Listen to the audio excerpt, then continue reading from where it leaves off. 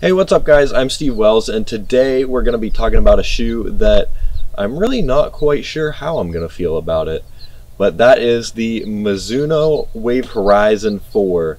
So let's go try these out and see how they feel.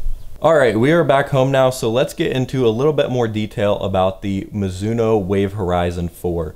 So this is the fourth version of this shoe. But in this version of it, they did change it quite a bit, which we'll get into a little bit later.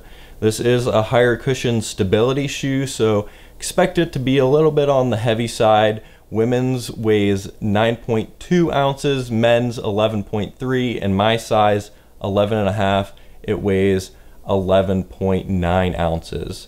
Has a 10 millimeter heel to toe offset and comes in at $160. So let's get right into it and start talking about some pros in my initial run in this shoe. My first pro is the cushioning. So it is a higher cushion shoe. It has this X-pop material that is in between your foot and the little bit denser material down below that's going to give it a little bit softer of a feel under your foot. It kind of makes a wave through the midsole of the shoe, hence the Wave Horizon, even though they don't have the wave plate anymore. I don't think this shoe is losing out too much by losing the wave plate. The Wave Skies, which I have not run in too much, but I have worn around all the time just because it's one of my go-to shoes just for wearing to work and that kind of thing. Has the exact same thing with the X-pop material that I've actually really liked in my time in the Wave Skies. To give the shoe its stability, it has a kind of guide rail like design to it. It comes up around your foot with this midsole foam to keep your foot in the center. You sit down in the shoe a little bit more, and along with that it also has in the foam wave in the midsole waves that are a little bit more spaced out in a different shape as you get towards the outside, whereas it's a little bit squarer of a shape on the medial side here to give you that extra stability. That's something that I actually really like because I am not a huge fan of traditional posted stability shoes. However, something with guide rails kind of like this a lot of times does benefit me, doesn't give me the knee and hip problems that traditional posted stability shoes do. Another pro that we'll probably see in this shoe is durability.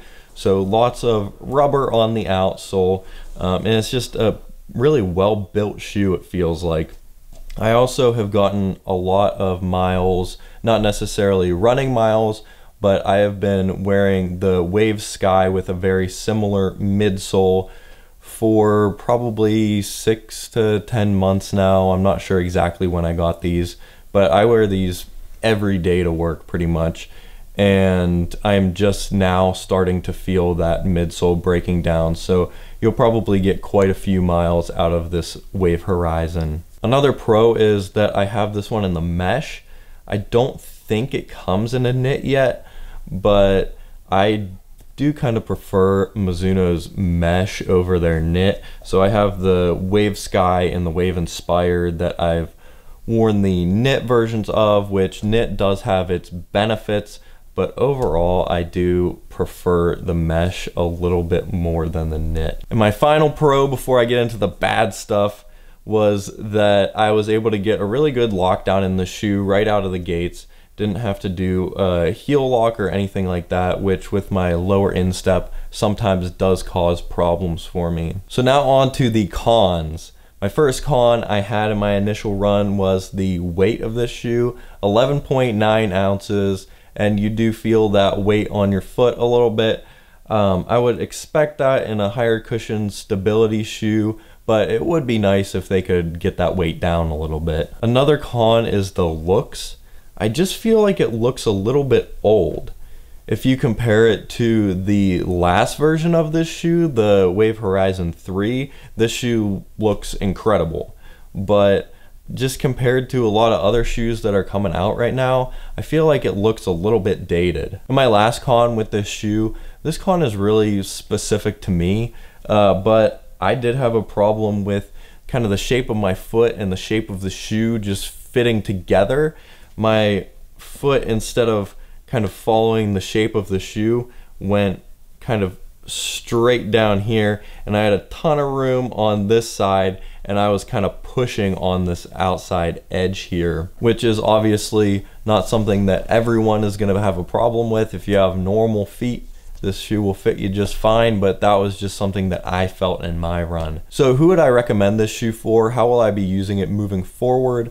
I'll probably use it on recovery runs mostly, when I want a little bit more cushion, a little bit more stability so my feet don't have to work too hard, and whenever I'm going a little bit slower so I don't mind that extra weight on my foot. I would probably recommend this shoe for people that are going a little bit slower on their easier runs.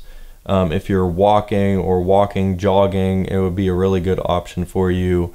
If you're in the Wave Inspire and want a little bit more cushion, you would probably like this shoe. Or even if you're coming out of like the Brooks Transcend or Asics Kayano, this one might be a shoe that you should look into. Once I get a few more miles on this shoe, I will definitely be doing an update for you guys. But for now, if you have any questions, be sure to leave them in the comments down below. I'll get back to you guys on them. Follow me over on Instagram. I've been posting a lot of running updates, and I'll probably start posting polls over there on my story for what my next coming videos should be. So if you want to have a say in what I'm making videos on, be sure to follow me over on Instagram. Be sure to like and subscribe down below, and I will talk to you guys next week.